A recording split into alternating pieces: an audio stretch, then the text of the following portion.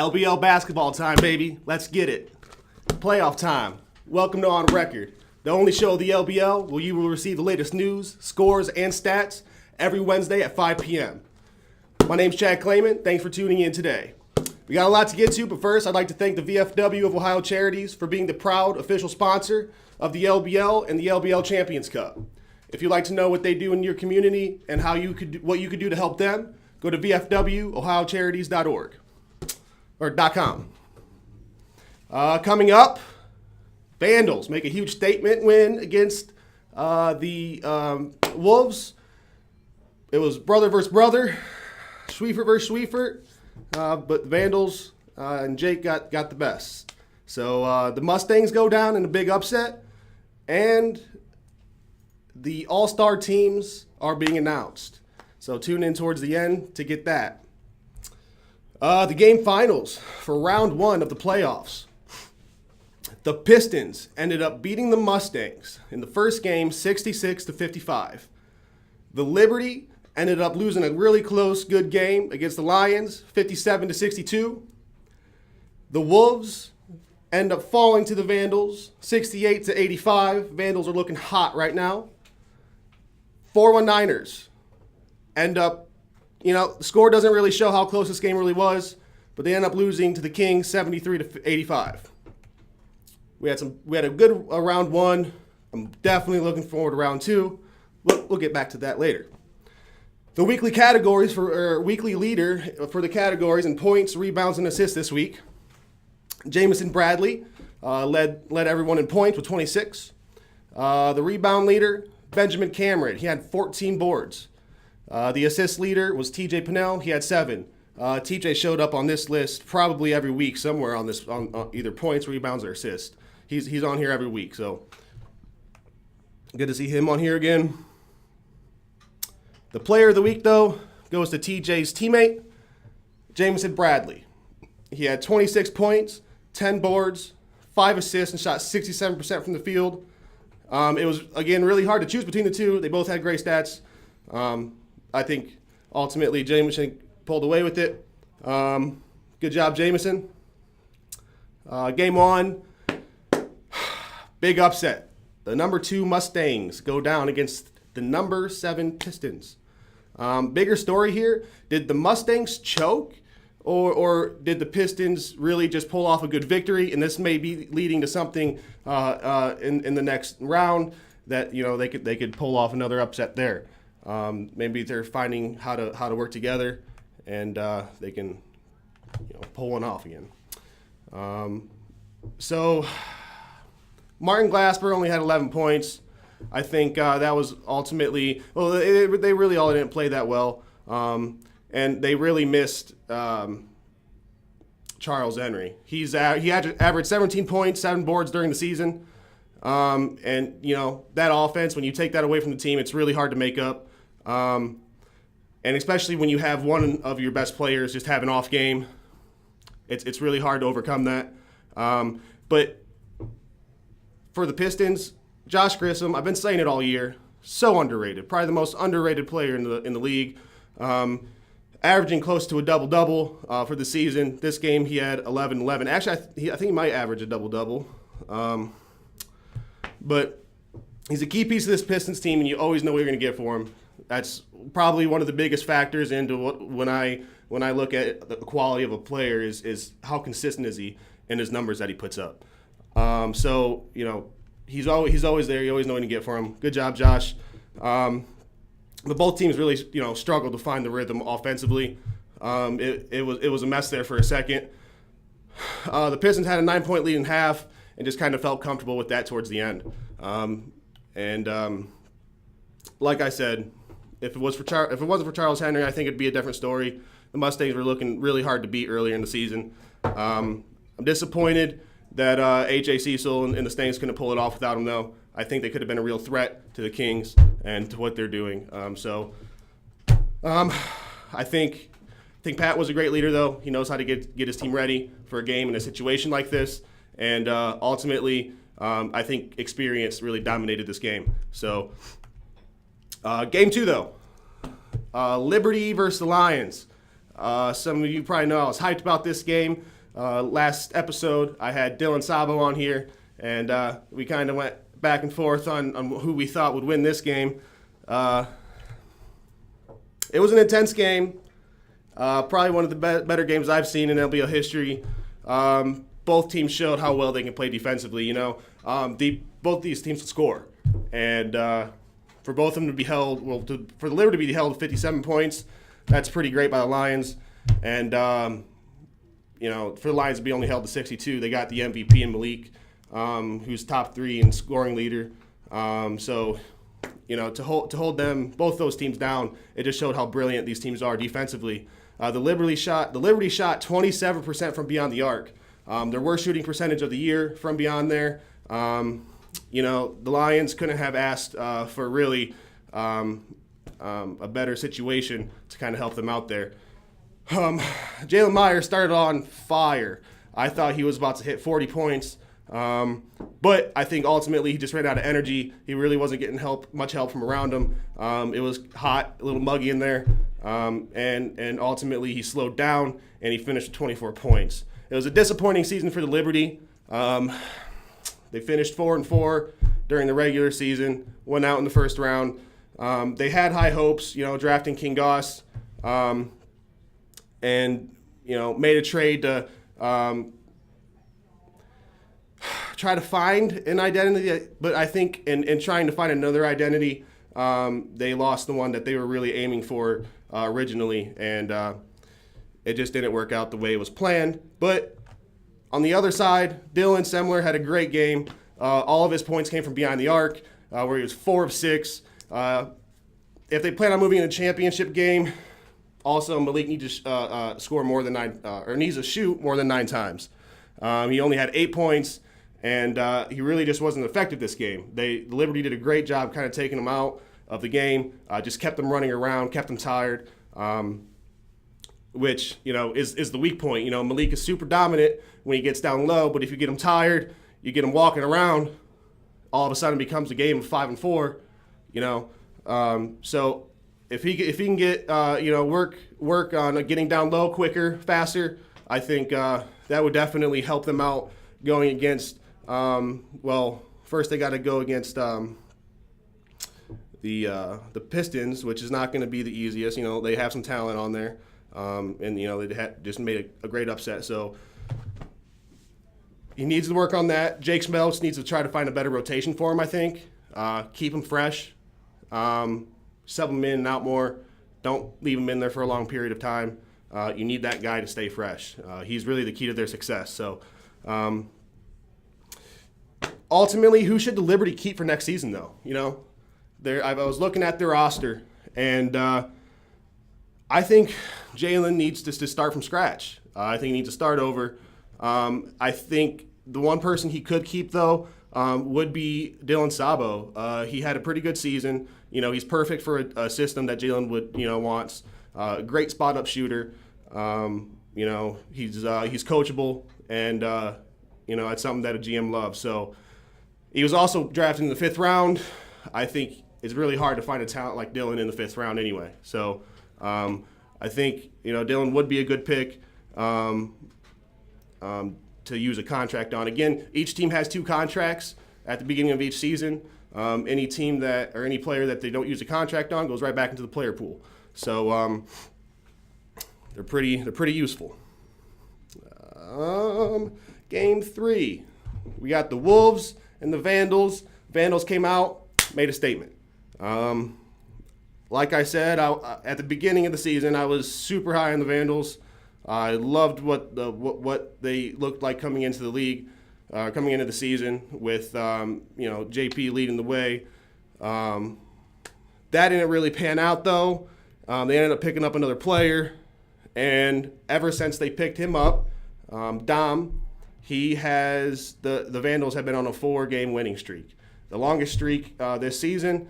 And the Vandals are killing it. They've been blowing their opponents out the water, and every time they've done it, Jake Schwiefert looked at me. He was like, "You back on the bandwagon yet?" But it's hard.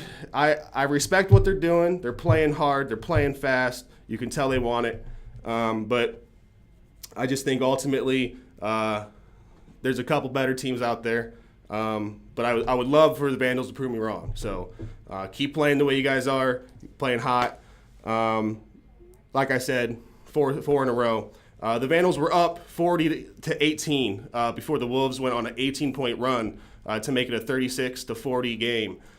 So it was a 5-point Vandal lead going into the fourth, and eventually, after that big comeback, the Vandals were able to pull it together. They were able to, weather the storm and seal the deal and move on to the next round. Michael Bennett had 24 points. He had 12 boards. Really had a big impact on the game. Terrell Clark had another 22. Just wasn't enough. The Vandals shot 46 from three, which, when any team shoots 46 from three, and when you shoot 18% from three, it's just really not going to work out. You can't shoot that poorly from three and expect to win. Tim Johnson, though, what a game. Saved his best game for, the first round of the playoffs. Couldn't ask for a better time to show up. He had 20 points. He was 3 from the three-point land, 8 and 10 overall. Vandals are looking really tough to beat.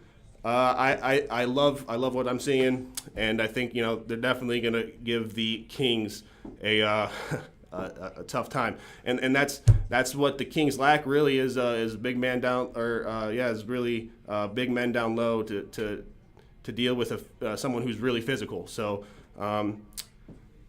If they can beat up the Kings, I think they have a good shot next round. Can't wait to see that game.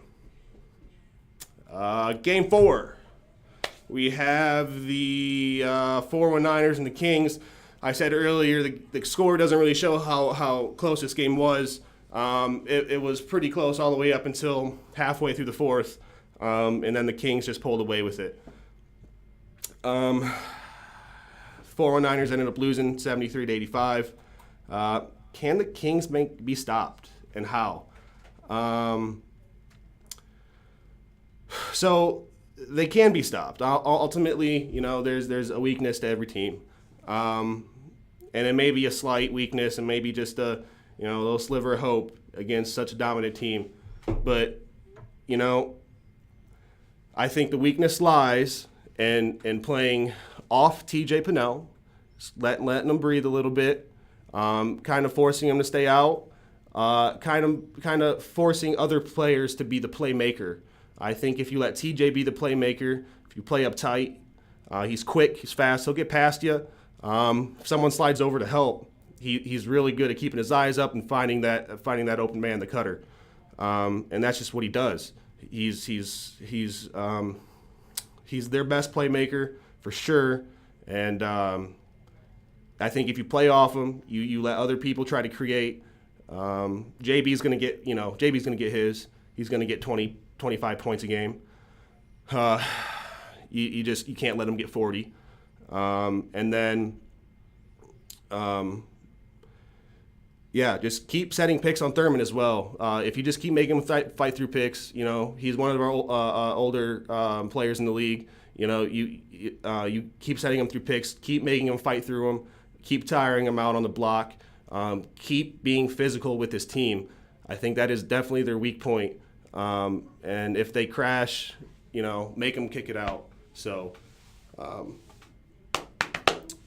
that's how I think the Kings can be stopped. Also, I want to mention, King Goss came back for this game. It was great to see you, King. He hurt his ankle about a month ago in a scrimmage at the rec center here in Bowling Green. I'm glad to see you back on the hardwood, man. Sorry you had to go out the way you did, though. You were facing, the reigning champs. So I hope to see you next season. He led his team with 22 points. Ultimately, that just wasn't enough, though. I also want to mention Adam Bevier. He also had a really great season. He averaged 21 points and 7 boards for the season. You did great, man. I'm looking forward to seeing you next season. Seeing who you get drafted by and what impact you can have on their team. Next week's matchups, round 2, the Kings are going to be playing the Vandals, and the Lions are going to be playing the Pistons. Going to be 2 good games here. I think I mean, you guys know my picks. I think the Kings are going to win it all, and the Kings and Lions are going to match up in the championship. So that's how I think round 2 is going to go, but we'll see. Next week, though, next, I'm just going to announce the LBL Stars now. It's going to be the first official LBL All-Star game, and it will be held directly after the championship game here in 2 weeks. It's going to be at 6:30. So championship game will be at 5 o'clock on Sunday in 2 weeks. That's the, let's see if I can find exactly the date. It's going to be the 12th of May. 5 o'clock championship game, 6:30 All-Star game. It's going to be real fun. Bring your friends, bring your family. I'm sure they love to see you play and perform, especially, this is the championship game and the All-Star game. This is, the best of our league, so it'll be fun to see everyone compete. There is no entrance fee, so don't worry about that. And there will be concessions and snack during the entertainment. And this season, there will be no skill challenge, no three-point contest or dunk contest, but we do plan on adding aspects of that in the future. This season, for our All-Stars, we split them up into 2 teams. We have 16 All-Stars total. The one team, we have the Ballers, and the other team, we have the Ringers. I'm going to announce each position for each team first, starting with the point guard, going down to the 5 starters, and then announcing the 3 bench players. So starting with the Ballers first. Point guard is going to be TJ Pinnell. For the Ballers.